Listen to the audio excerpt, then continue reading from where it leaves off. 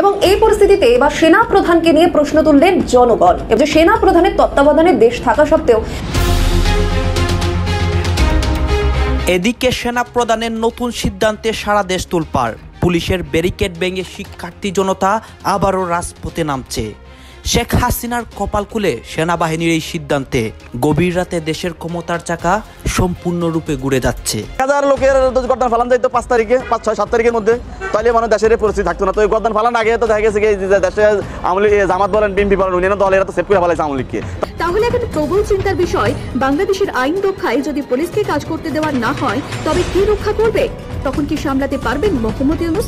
দেশের সেনা প্রধান জেনারেল ওয়াকারুজ্জামান বাংলাদেশের সাধারণ জনগণের উদ্দেশ্যে বক্তৃতা রেখেছিলেন এবং তিনি জানিয়েছিলেন তিনি দেশের দায়িত্ব নিচ্ছেন।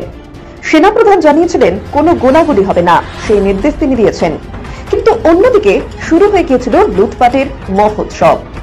বাংলাদেশের প্রাণকেন্দ্র আয়নাঘর পরিদর্শন করছেন প্রধান উপদেষ্টা ডক্টর মোহাম্মদ ইউনূস। সকালে আয়নাঘর পরিদর্শনে যান প্রধান উপদেষ্টা। এর আগে মন্ত্রিপরিষদের সিদ্ধান্ত হয় এই পরিদর্শনের।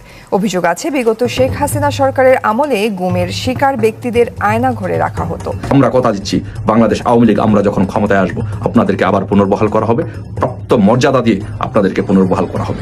তাই আপনাদের সাহস রাখুন, মনোবল রাখুন, আপনারা অন্যায়ের বিরুদ্ধে, দখলদার ইউনূসের বিরুদ্ধে প্রতিবাদ গড়ে তুলুন। কোনো আওয়ামী লীগের নেতা কর্মীদের অত্যাচার করবেন না, আপনারা আপনাদের পুলিশ ভাইদের রক্তের সাথে বেইমানি করবেন না। মানুষ বোঝে যে এটার কারণ ছিল, এটা বিনা কারণে রাস্তা থেকে উঠিয়ে আনার মতো কথা, বিনা দোষে কতগুলো সাক্ষী সাবুত হাজির করে সেই এক্সপ্লোসিভ কতগুলো গাড়ির ভেতর ঢুকে দিয়ে তারা বলছে তুমি সন্ত্রাসী, জঙ্গি, এগুলো বলে বলে তাকে নিয়ে আসা হয়েছে। কয়েকজন পার্সন উপদেষ্টা হিসাবে নতুন করে যুক্ত হবে। এরই মাঝে নাহিদ, আশিক, মাহফুজের জায়গায়ও তাদের ছাত্রদের প্রতিনিধি যুক্ত করবেন এবং তারা ধাপে ধাপে ইউনূস সরকারের অন্তর্বর্তীকালীন সরকার থেকে পদত্যাগ করবে। দর্শক, ভিডিও ইন্ট্রো দেখে নিশ্চয়ই বুঝতে পারছেন আজকের ভিডিওটা কতটা গুরুত্বপূর্ণ হতে চলেছে এবং দেশের অবস্থা খুবই ভয়াবহতার দিকে যাচ্ছে এবং দেশের অবস্থা নাজেহাল অবস্থা করেছেন এবং ডক্টর ইউনূস কি পারবেন আসলে এই ব্যাপারগুলো নিয়ে কিছু করতে। সরাসরি আজকে আমরা প্রতিবেদনটি দেখবো। আপনাদের মূল্যবান সময় আমি কোনোভাবে নষ্ট করতে চাই না। যদি চ্যানেল নতুন হয়ে থাকেন ছোট করে একটা রিকোয়েস্ট থাকবে, চ্যানেলটিকে সাবস্ক্রাইব করবেন এবং এই ভিডিওটিতে একটা লাইক দিয়ে আপনার ভিডিওটা দেখা শুরু করে দেন এবং আপনার মূল্যবান মন্তব্য আপনারা জানাতে থাকুন। চলুন আমরা সরাসরি প্রতিবেদনটি দেখে নিই। Sheikh Hasina does not want to do it. ঠিকই শুনেছেন, শেখ হাসিনা আমাদের প্রস্তাবে রাজি হয়নি, তাই আমরা রেজিম চেঞ্জ করতে চেয়েছি।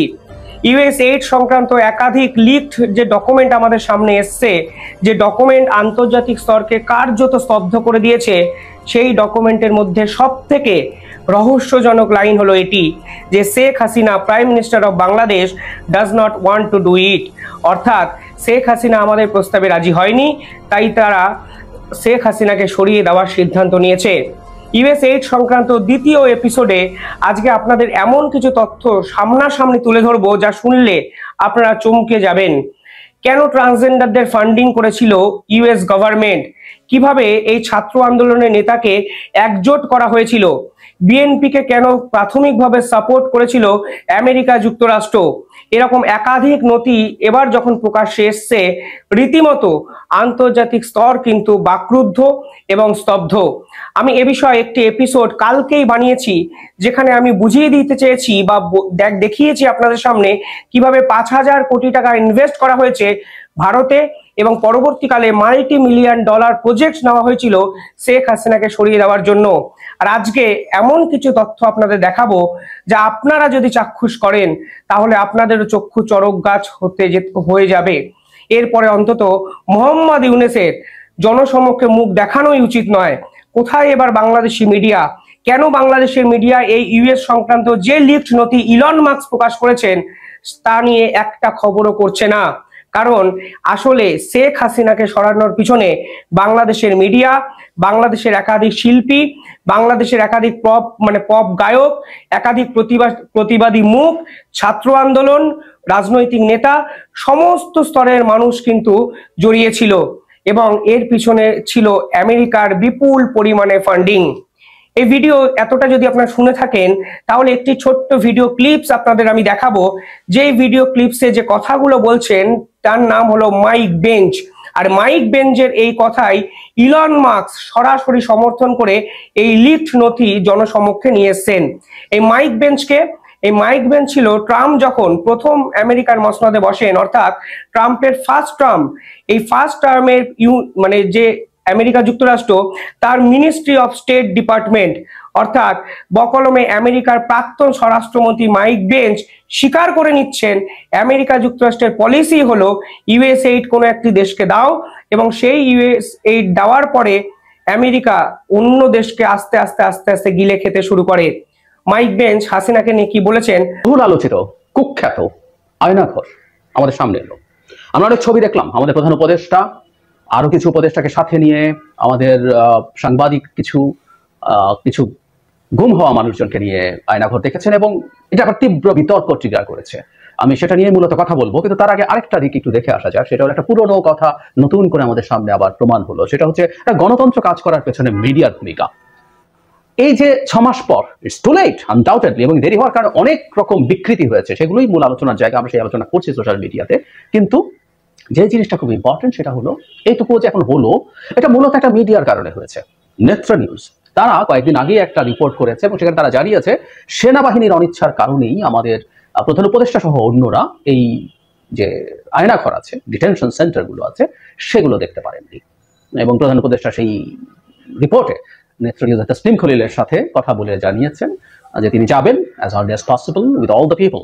সো কিভাবে মিডিয়া কাজ করে তার একটা খুব চমৎকার এক্সাম্পল। এবং ভবিষ্যৎ বাংলাদেশ আমরা এটুকু বলে রাখবো যে মিডিয়া যাতে কেউ কোনো না কোনো ভাবে কারসাজি করতে না পারে, নিয়ন্ত্রণ করতে না পারে। একটা সরকার স্বৈরাচারী হয়ে ওঠার প্রথম পদক্ষেপগুলোর একটা হচ্ছে মিডিয়াকে নিয়ন্ত্রণ করা, কোনো না কোনো ফর্মে, কোনো সুবিধা দিয়ে, টাকা পয়সা দিয়ে, কোনো রকম চাপ প্রয়োগ করে। এই কারণে আমরা দেখবো ইভেন একটা ভালো নির্বাচনের মাধ্যমে নির্বাচিত একজন প্রধানমন্ত্রী নরেন্দ্র মোদী যখন স্বৈরাচারী হয়ে উঠছেন, তিনি ভারতের মিডিয়াগুলোকে অপ্রেস করছেন, করতে করতে সেগুলো এখন তার নিয়ন্ত্রণে বা কবজে আসার পর তার কোলে এসে বসেছে।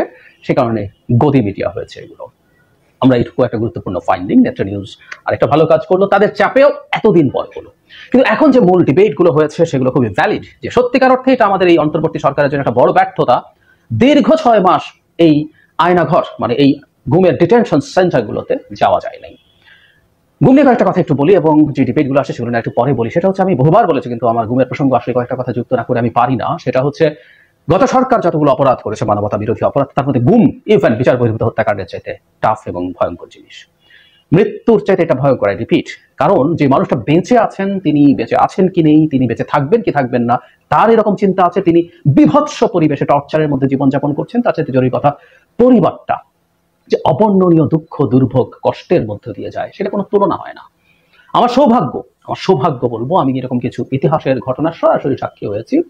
গুম হওয়াদের স্বজনদের যে প্রতিষ্ঠান সংগঠন মায়ের ডাকের বেশ কিছু প্রোগ্রামে আমি উপস্থিত থেকেছি, এবং তাদের অবর্ণনীয় কষ্টের গল্প শুনেছি। কিভাবে বছরের পর বছর একটা পরিবার অপেক্ষা করে, কিভাবে এক সময় ওই অপেক্ষা পাল্টে যায় যে 7 বছর কি হবে, 7 বছর হলে স্বামীর অ্যাকাউন্ট আমি অ্যাপ্লাই করতে পারবো। যদি 7 বছর পর অ্যাকাউন্ট ঠিক মতো অ্যাপ্লাই করা মানে অপারেট করা যায় না, এক বিভৎস সংকট।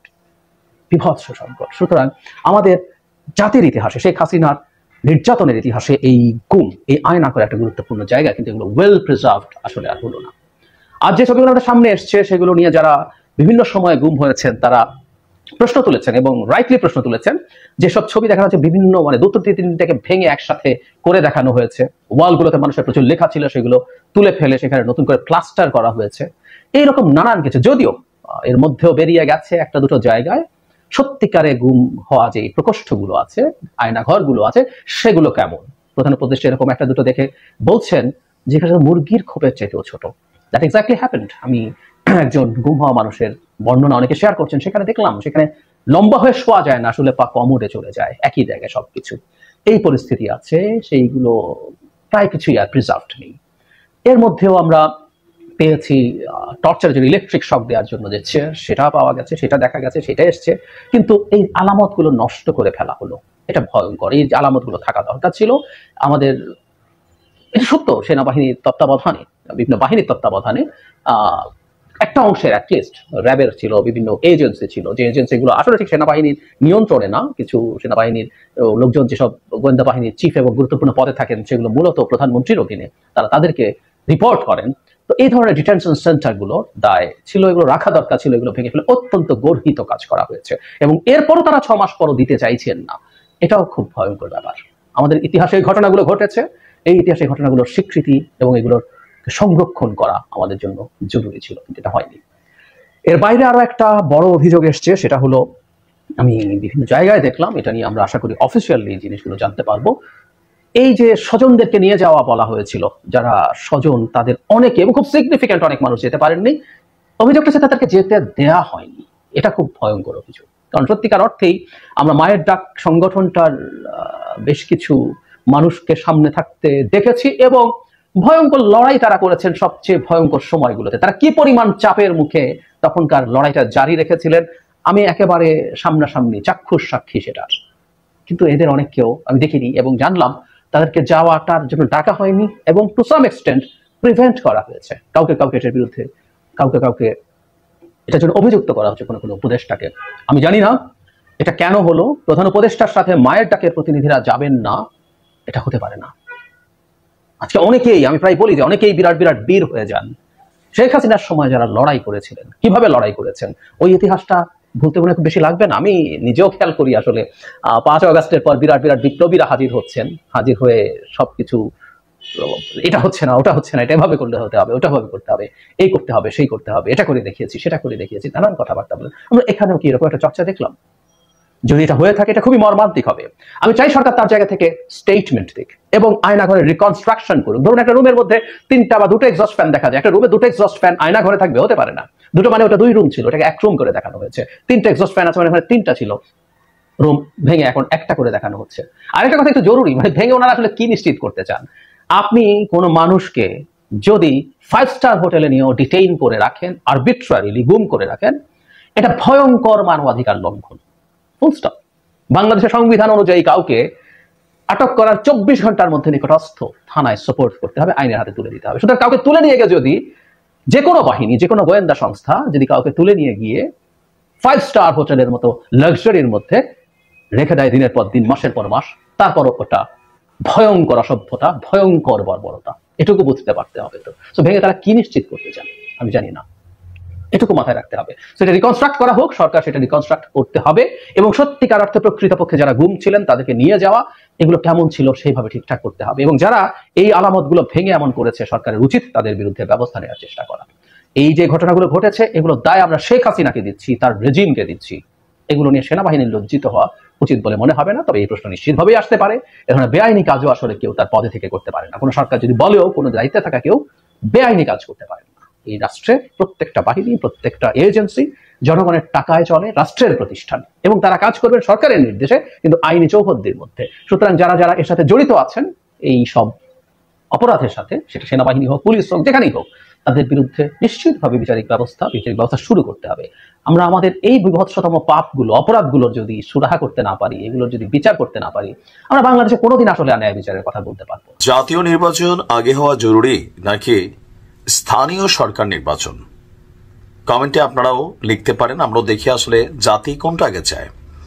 স্থানীয় সরকার নির্বাচন হচ্ছে আমরা একদম ইউনিয়ন পর্যায়ে যে চেয়ারম্যান নির্বাচন হয়, উপজেলা চেয়ারম্যান নির্বাচন হয়, সিটি বা মেয়র যে নির্বাচনগুলো হয় সেগুলোকে স্থানীয় সরকার নির্বাচন হিসাবে আসলে আমরা আখ্যায়িত করে থাকি। তো এবার চেয়ারম্যান নির্বাচনে কিন্তু একটা আমূল পরিবর্তন আসতে যাচ্ছে। আপনারা সকলে জানেন যে অনার্স পাস হতে হবে মিনিমাম লেভেলে বা গ্রাজুয়েট হতে হবে একজন চেয়ারম্যান প্রার্থীকে। আবার চেয়ারম্যান প্রার্থীকে নির্বাচিত করবে মেম্বাররা।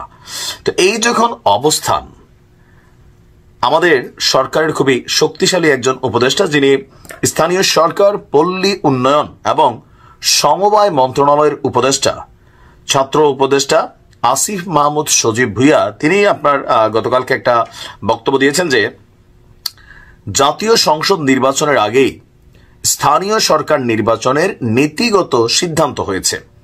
কি বাকি আছে? রাজনৈতিক দলগুলোর সাথে এই বিষয়ে চূড়ান্ত সিদ্ধান্ত নেওয়া হবে।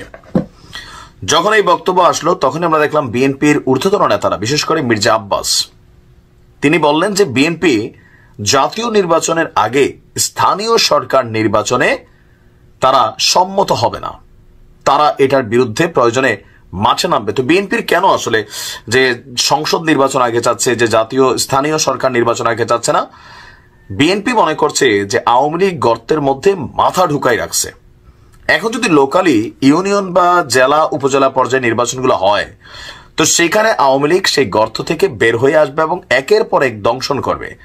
আবার বাংলাদেশে একটা রাজনৈতিক কালচার আছে, গেল 16 বছর একটা জায়গায় বিএনপি, আওয়ামী লীগ, জামাত তারা কিন্তু এক হয়ে যেত, সেটা হচ্ছে লোকাল নির্বাচনে।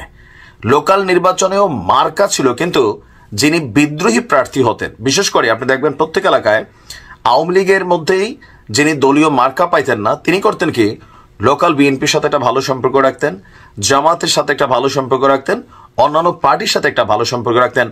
আবার স্থানীয় জনগণও নৌকার বিপরীতে যেই মার্কা আসুক হোক, সেটা হিরো আলমের মার্কা, হিরো আলম সিয়াদয়া, হিরো আলম মিডিয়া থেকে হারাই গেছে। আসলে আওয়ামী লীগ সরকারের সময় হিরো আলমের গায়ে টাচ করলে সেটা আমেরিকা পর্যন্ত টের পাইতো, কিন্তু এখনকার বর্তমান সিচুয়েশনে হিরো আলমও নির্বাচন করার আর সাহস দেখাচ্ছে না। তো হিরো আলম মার্কা যে নির্বাচন যারা করত তারা কিন্তু এখন ভোটের মাঠ থেকে সরে গেছে। তো এখন বিএনপির বক্তব্য হচ্ছে যে স্থানীয় সরকার নির্বাচন যদি আগে হয় তাহলে সেটা একটা ভুল সিদ্ধান্ত হবে। তবে সরকারের যারা নীতি নির্ধারকরা আছেন তারা মনে করছেন স্থানীয় সরকার নির্বাচনটা আগে হওয়া জরুরি। এখন কেন জরুরি আসেন সেটা আমার যেটা পারসেপশন, যে একটা জাতীয় নির্বাচন করতে গেলে সরকারের যেই মানে আপনার হেল্পিং হ্যান্ডস গুলো আছে, যেমন একটা জেলার ডিসি, এসপি, তারপর উপজেলা নির্বাহী অফিসার, এই যে বিভিন্ন ক্রাইটেরিয়াতে যারা অবস্থান করছেন তারা সবাই কিন্তু এখনো পুরনো সেট আপের লুকে রয়ে গেছে। এখন বিভিন্ন জায়গায় সরকারের নিয়ন্ত্রণ নেই, চেষ্টা করছে সর্বোচ্চ, কিন্তু তারপরেও নিয়ন্ত্রণটা তারা ততটা করতে পারছেন না। তো জাতীয় সরকার নির্বাচন একযুগে সারা বাংলাদেশে সেনাবাহিনী এই মুহূর্তে অনেকটা অসহায়, পুলিশ অসহায়, বিজিবি, র্যাব অসহায়। তো এই যে বিশাল আয়োজন, একদিনে সারা বাংলাদেশের আইন শৃঙ্খলা পরিস্থিতিকে ব্যালেন্স করা, ভোটের মাঠে বিএনপি জামাতের মধ্যে দ্বন্দ্ব হবে, লোকাল আওয়ামী লীগ মাঠে এখানে বিরাজ করবে কোন পলিটিক্যাল দলগুলোর হেল্পিং হ্যান্ড হিসেবে, অথবা আওয়ামী লীগ নির্বাচনে আসবে, সামহাউ এই সিচুয়েশনটাকে সরকার কি ডিল করতে পারবে নাকি পারবে না, সেটার জন্য সম্ভবত স্থানীয় সরকার নির্বাচনটা আগে করতে চাচ্ছে। যে একটা ধরেন থাকে না যে প্রি টেস্ট অথবা টেস্ট, এরপর হচ্ছে ফাইনাল, যে সরকার আসলে একটা নির্বাচনকে পরিচালনা করতে কতটুকু সক্ষম সেইটা বোঝার জন্য, মাপার জন্য, জানার জন্য, যেহেতু এই সরকারটা নতুন, তাদের আন্ডারে একটা নির্বাচন হবে, আবার এই নির্বাচনটা কতটুকু ক্লিয়ার হবে, কতটুকু নিরপেক্ষ হবে, সেইটারই একটা মাপকাঠি, একটা স্ট্যান্ডার্ডিটি তারা হয়তো জনগণের সামনে তুলে ধরতে চাচ্ছেন। তবে এই ব্যাপারে বিএনপির না কেন, যে দেখেন বাংলাদেশের জাতীয় সংসদ নির্বাচন যখন হয়ে যায় লোকাল এরিয়াগুলোতে রাজনৈতিক দলগুলো একটা প্রভাব বিস্তার করে, আর এটারে অনেকটা নষ্ট করছে আওয়ামী লীগ সরকার মার্কা অ্যাড করে। এটা আমি তখনও এটার বিরোধিতা করছি, কারণ একজন গ্রামের মানুষ যিনি মেম্বার হবেন, যিনি চেয়ারম্যান হবেন, সেখানে লোকাল পিপলের জনগণের চয়েস দেওয়া দরকার ছিল। যখন মার্কা দিয়ে দিল তখন হলো কি যে প্রশাসন মার্কারে চিনে। আপনি এই মুহূর্তে দেখেন সমন্বয়ক মানে এটা একটা প্রশাসনের পার্ট হয়ে গেছে, বৈষম্য বিরোধী মানে প্রশাসনের পার্ট হয়ে গেছে, তাই না? তো আগামী দিনে জাতীয় সংসদ নির্বাচনে যদি জামাত পাশ করে তাহলে জামাতের একজন যে লোকাল ক্যান্ডিডেট সে সরকারের একটা ট্যাগ পাবে, কোনটা? দাঁড়িপাল্লা। আবার যদি বিএনপি পাশ করে লোকাল নির্বাচনের একজন ইউনিয়নের চেয়ারম্যান তিনি একটা ট্যাগ পাবেন ধানের শীষ। তো স্থানীয় যিনি উপজেলা নির্বাহী অফিসার, থানার পুলিশের অফিসার বা আরো যারা আছেন তারা কিন্তু সেখানে ওয়ান কাইন্ড অফ অসহায় হয়ে পড়ে, কারণ সরকারটা এই মার্কার। তো সেই কারণে এই মার্কা ছাড়াই নির্বাচনটা জরুরি। আমার দৃষ্টিতে লোকাল পিপল তাদের জনপ্রতিনিধি ভালো মানুষ দেখা তারা চয়েস করবে। মার্কা ছাড়া নির্বাচন হোক, তখন আর বিদ্রোহী প্রার্থীর কাজ লাগে না। বাট এত বছর বিদ্রোহী লাগছে কেন? কারণ দলীয় মার্কাটা একজন পাইয়া গেছে, এলাকার মধ্যে খবর নাই, উপরে লবিং টবিং কইরা টাকা পয়সা খাওয়াইয়া আওয়ামী লীগ কিন্তু নিজেদের নষ্ট করছে এইভাবেই। দলের ত্যাগী নেতা কর্মীদেরকে বাস দিছে, হাইব্রিডদেরকে দিছে, লুটপাটকারী যারা আসছে এরা বসে গেছিল, জনগণের সাথে ডিসকানেক্টেড হয়েছে, মানুষ কি পাবে এগুলো ভাবেই নাই। তো এরকম নানান ইস্যুতে এই মার্কাটার একটা অপব্যবহার ছিল। এখন বিএনপি হয়তো ভাবছে যে জাতীয় সংসদ নির্বাচন যদি এখন হয় তাহলে লোকালি অনেক জায়গায় গেল 6 মাসে যেই পরিস্থিতি তৈরি হয়েছে সেখানে জামাত একটা ভালো রেজাল্ট করবে, অথবা বৈষম্য বিরোধী ছাত্র আন্দোলনের যারা নেতারা আছেন, পোলাপাইন আছেন, তারাও নির্বাচনে দাঁড়াবে, সেখানে অনেক কিছুই ঘটতে পারে। সম্ভবত এই কারণে বিএনপিটা নীতিগত সিদ্ধান্তের বাহিরে তারা যাবে না। তারপরেও আলোচনার বিষয়, রাজনৈতিক দলগুলোর সাথে আলোচনা হবে। একটা ঐতিহাসিক সত্য হলো ইতিহাসের বিরুদ্ধে দাঁড়িয়ে, সমাজ রাষ্ট্রের বিরুদ্ধে দাঁড়িয়ে যদি কোনো বিশেষ গোষ্ঠী বিশেষ উদ্দেশ্য সাধনের জন্য কাজ করে যায়, তারা নিজেরাই ধ্বংস হয়ে যায়, এটি ইতিহাসই বলে। আমরা কি তেমন আরেকটি ইতিহাসের সম্মুখীন? এই ঘটনা একটি এক্সাম্পল দেব এই ইতিহাসের। গত দুদিন আগে সোমবার 21 বইমেলাতে তসলিমা নাসরিনের বই রাখাকে কেন্দ্র করে এবং জয় বাংলা স্লোগানকে কেন্দ্র করে যা কিছু ঘটে গেল, যে মবের সৃষ্টি হলো, সেই ঘটনার পরিপ্রেক্ষিতে সারা দেশে তো প্রতিবাদের একটা ঝড় উঠেছে এবং দেশে বিদেশে নানান ধরনের প্রতিক্রিয়া হচ্ছে, যা সরকারের জন্য খুবই বিব্রতকর। সেই জায়গা থেকে ওই মবের বিরুদ্ধে ডক্টর মোহাম্মদ ইউনূসের ভাষ্য অনুযায়ী, যিনি মাস্টার মাইন্ড উপদেষ্টা পরিষদে রয়েছেন ছাত্র প্রতিনিধি হিসেবে, মাহফুজ আলমের পদত্যাগের দাবি করা হচ্ছে। আগুন তার নিজের ঘরেই লেগেছে। চারিদিকে দেশের ইতিহাস, ঐতিহ্য এবং আমাদের মুক্তিযুদ্ধের স্মৃতি মুছে দিতে যে একটা চক্রান্ত চলছে, যে একটি বিশেষ গোষ্ঠী কাজ করছে, সেই জায়গা থেকে তো মানুষের নানান ধরনের সংশয় তৈরি হয়েছে অনেককে নিয়ে। যাই হোক, এখন মাহফুজ আলমের ঘরে আগুন লেগেছে, তার পদত্যাগের দাবি উঠেছে, তাকে ক্ষমা চাইতে হবে। কেন? তিনি ওই ঘটনার পর, মতের আগে অনেকগুলো হয়েছে গত 6 মাসে, কিন্তু ওই ঘটনাকে কেন্দ্র করে, 21 বইমেলার ঘটনাকে কেন্দ্র করে তিনি বক্তব্য দিলেন এরকমটা, যে অভ্যুত্থানের পক্ষে হলে মব বন্ধ করেন, আর যদি মব করেন তাহলে আপনাদের ডেভিল বা শয়তান হিসেবে ট্রিট করা হবে। Devil hunt, operation devil hunt চলছে, তাদেরকে ধরা হবে, এরকম একটি হুমকি মাহফুজ আলম দিয়েছেন, তার বক্তব্যের মধ্যে দিয়ে বোঝা যায়। যাই হোক, তার এই বক্তব্যের প্রতিবাদ এখন জানানো হচ্ছে তৌহিদি জনতার পক্ষ থেকে। হেফাজতে ইসলাম সচেতন আলেম সমাজের মতন সংগঠনের ব্যানারে তার পদত্যাগ দাবি করা হচ্ছে। তার এই যে পদত্যাগের দাবি এবং দেশের বিভিন্ন স্থানে বিক্ষোভ মিছিল মাহফুজ আলমের বিরুদ্ধে, সেটি থেকে মাহফুজ আলম নিজে ভীত সন্ত্রস্ত হয়ে উঠেছেন। আর সে কারণেই এখন মিউ মিউ কণ্ঠে তিনি তার ওই বক্তব্যের আবার ব্যাখ্যা দেওয়ার চেষ্টা করছেন। তিনি তার ফেসবুক পেজে একটা দীর্ঘ স্ট্যাটাস দিয়েছেন। তার আগে সচেতন আলেম সমাজ কি বলছে সেটি একটু আপনাদেরকে শুনিয়ে দিই। সচেতন আলেম সমাজের পক্ষ থেকে একটি বিবৃতি দেওয়া হয়েছে, যেখানে বলা হচ্ছে যে 21 বইমেলায় তসলিমা নাসরিনের নিষিদ্ধ বই রাখা এবং জয় বাংলা, মুক্তি পাক, মৌলবাদ নিপাত যাক ধরনের উস্কানিমূলক বার্তা দিয়ে বিতর্ক তৈরির পর যখন সচেতন নাগরিকরা এর প্রতিবাদ জানায়, তখন সব্যসাচীর লেখক শতাব্দী ভব পুলিশের সামনে প্রতিবাদকারীদের উপরে মারমুখী হয়। এই যে বর্ণনাটি আমাদের সময় দেওয়া হলো, এটি কি ঠিক? শতাব্দী ভব কখন পুলিশের উপর মারমুখী হয়েছে, মানে পুলিশের সামনে, বা তার আগে কতটা আক্রমণ করা হয়েছে, মবের সৃষ্টি করেছে কারা? যাই হোক, এটা সচেতন আলেম সমাজ তাদের মতো করে বলছেন। এরপরে বলা হচ্ছে যে এই ঘটনার পর উপদেষ্টা মাহফুজ আলম ঘটনার কোন ধরনের নিরপেক্ষ তদন্তের চেষ্টা না করেই একতরফাভাবে প্রতিবাদকারীদের তৌহিদি জনতা বলে ব্যঙ্গ করেন এবং তাদের বিরুদ্ধে প্রকাশ্য হুমকি দেন। আচ্ছা, তৌহিদি জনতা বলেছে মাহফুজ আলম, তাহলে এটা ব্যঙ্গ করা কি আছে? তারা কি তৌহিদি জনতা নন যারা সেখানে আক্রমণ করছিলেন, বা তাদের বক্তব্য যদি হয় যে তারা আক্রমণের শিকার হয়েছিলেন? আচ্ছা, এবং তাদের বিরুদ্ধে নাকি মাহফুজ আলম প্রকাশ্যে হুমকি দিচ্ছেন। হেফাজত ইসলামও মাহফুজ আলমের বক্তব্যের বিরোধিতা করে বক্তব্য দিয়েছে। যাই হোক, মাহফুজ আলম তার ফেসবুকে যে স্ট্যাটাসটি দিয়েছেন সেটি আপনাদেরকে একটু পড়ে শোনাই। দীর্ঘ স্ট্যাটাস, আমি 2-3টি প্যারা পড়ছি। তিনি বলছেন যে তৌহিদি জনতা নামে আপনারা যারা নিজেদের পরিচয় দেন তাদের আমি হুমকি দেইনি, সতর্ক করেছি। মানে কণ্ঠটা এখন মিউ মিউ হয়ে উঠেছে। ভয় পেয়ে গেছেন কিনা আমরা জানি না। এর আগে তার যেসব স্ট্যাটাস আমরা নিশ্চয়ই খেয়াল করেছি, কি ঔদ্ধত্যপূর্ণ স্ট্যাটাস, কি উস্কানিমূলক স্ট্যাটাস, এবং বুক টান টান করে শির দ্বারা সোজা করে তার যেসব বক্তব্য আমরা তো শুনেছি, তার স্ট্যাটাস গুলো দেখেছি, এবং কোনো কোনো উস্কানিমূলক স্ট্যাটাস আবার তুলেও নিয়েছেন। কিন্তু এই স্ট্যাটাসের ভাষাগুলো খেয়াল করুন। তিনি বলছেন যে আমি হুমকি দেইনি, সতর্ক করেছি। কেন করেছি? গত 15 বছর নিপীড়ন সহ্য করে এবং অভ্যুত্থানে ভূমিকা রেখে সকল নাগরিকদের মতো আপনারা একটি জাতীয় সম্ভাবনা হাজির করেছেন এবং মব সংস্কৃতির কারণে তা ভুলণ্ঠিত হচ্ছে। এক্ষেত্রে আপনাদেরকেই এই সম্ভাবনা রক্ষা করতে হবে। তিনি বলছেন যে আমি নিজে বিশ্বাসী মুসলিম হিসেবে তৌহিদবাদী, কিন্তু কেউ তৌহিদের নামে উগ্রতা দেখালে সেটা আসন্ন পরিণতি সম্পর্কে সাবধান করাও সহ নাগরিক এবং দায়িত্বশীল ব্যক্তি হিসেবে আমার কর্তব্য মনে করি।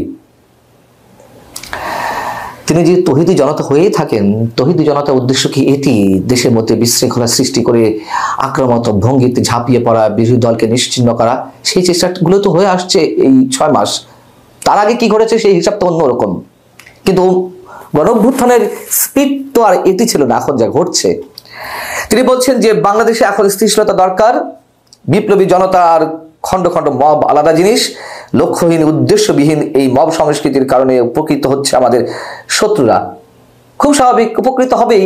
এটা তো আমি আরো 5-5.5 মাস আগে বলে দিয়েছি যে যা কিছু করছে ছাত্র সমন্বয়করা বা তাদের সঙ্গে যারা আছে, তা শেখ হাসিনাকে ভালো করে দেশে ওয়েলকাম জানানোর একটা প্রশস্ত পথ তৈরি করে দিচ্ছে।